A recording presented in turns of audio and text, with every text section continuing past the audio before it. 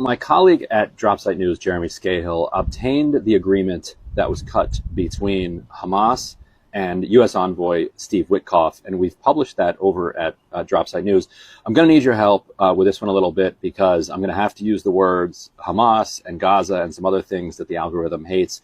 So if you can do what you can to boost it, I'd appreciate it. I'll even give you a question at the end of this you can answer in the comments. But one of the key distinctions, and I think this is something that should become, at minimum, a historical footnote, like something that history remembers about this conflict. So there are two agreements. There's one that was reached on May 25th, which is an understanding between Hamas and Steve Witkoff that if they agreed to this, that Witkoff would get Israel to agree to it as well, and the U.S. would guarantee it. That didn't happen. Israel refused to agree to that one.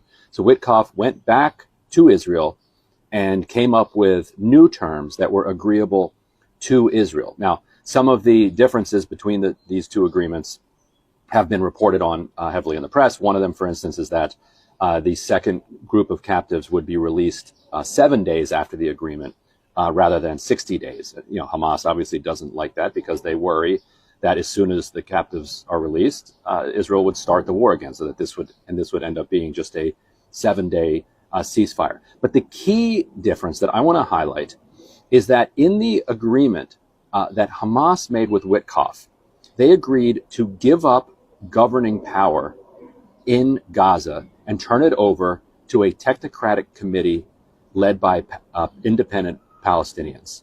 And that Palestinian technocratic committee would oversee governance and would oversee reconstruction. So that's what Hamas agreed to.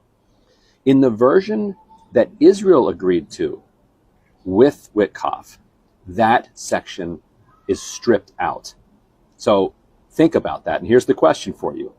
Why is it that Hamas, in order to get to long-term peace, would be willing to give up power in Gaza, but Israel, which says that it does not want to end the war, insists on Hamas staying in power in Gaza?